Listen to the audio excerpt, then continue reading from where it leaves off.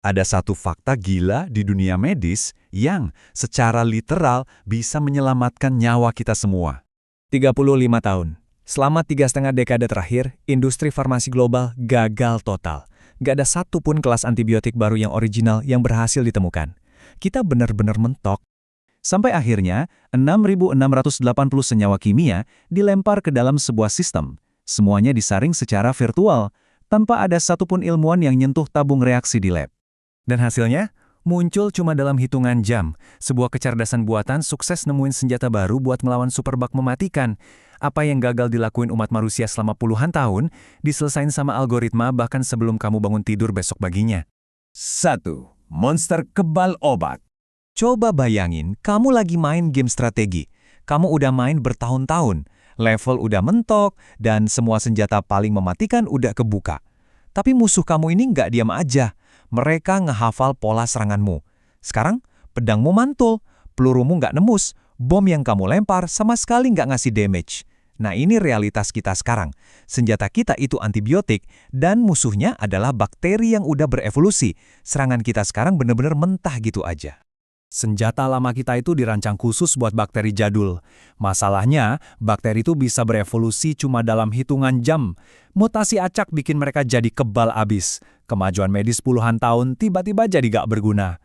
Kita dibiarin tanpa pertahanan sama sekali buat ngadepin ancaman kritis, kayak superbug Acinetobacter baumannii ini. 2. Cara mesin membaca molekul. Gini, metode tradisional tuh mengharuskan ilmuwan ngetes jutaan senyawa secara fisik. Butuh bahan kimia, robot lab, dan makan waktu bertahun-tahun. Jutaan dolar habis. Tapi AI melompati semua proses konyol itu. AI pakai deep learning buat nebak tingkat keberhasilan obat murni dari struktur kimianya aja, tanpa perlu tes fisik sama sekali. Secara simpel, cara kerja Graph Neural Network atau GNN itu kayak gini. Langkah pertama, AI nelan ribuan data eksperimental dari antibiotik yang udah ada. Langkah kedua, AI ngubah struktur molekul itu jadi bentuk graf atau jaringan. Langkah ketiga, AI langsung memprediksi aktivitas obat baru secara virtual. Semuanya jalan mulus tanpa satupun orang harus masuk ke lab. Nah, bagian ini yang benar-benar gila. Otak manusia itu kan nyari pola linier yang logis ya. Kita mikir zat A bentuknya mirip zat B. Tapi AI memecah molekul jadi sekedar titik dan garis. Atomnya jadi titik, ikatan kimianya jadi garis. Terus AI memproses ratusan dimensi dari struktur 3 dimensi ini secara berbarengan. Algoritma ini bisa ngelihat koneksi rahasia antar molekul yang mustahil dilihat pakai intuisi manusia. Dan inilah hasil dari koneksi rahasia tadi, abausin. Ini benar-benar game changer. Kenapa? Karena abausin nyerang jalur biologis bakteri yang belum pernah kesentuh sama sekali sebelumnya. Bakteri belum sempat bikin perisai pertahanan. Hebatnya lagi, abausin ini kerjanya spesifik banget kayak penembak jitu.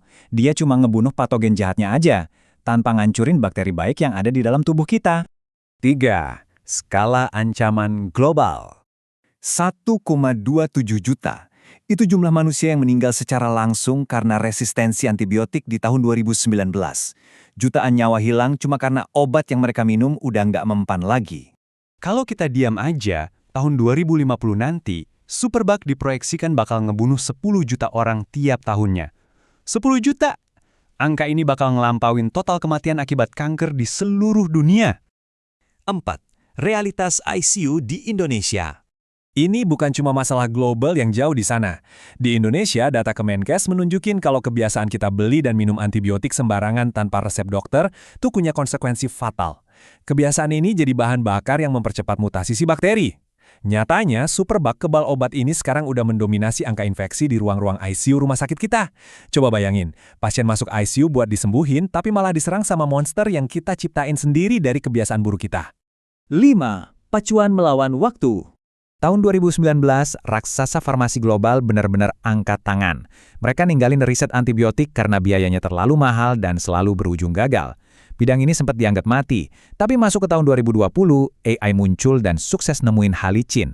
Terus di tahun 2023, algoritma yang udah jauh lebih pinter berhasil nemuin abausin. Saat manusia menyerah, kecerdasan buatan baru aja ngidupin lagi harapan kemanusiaan. Pertanyaannya sekarang bukan lagi bisa atau tidak. Pertanyaannya adalah seberapa cepat kita akan bertindak.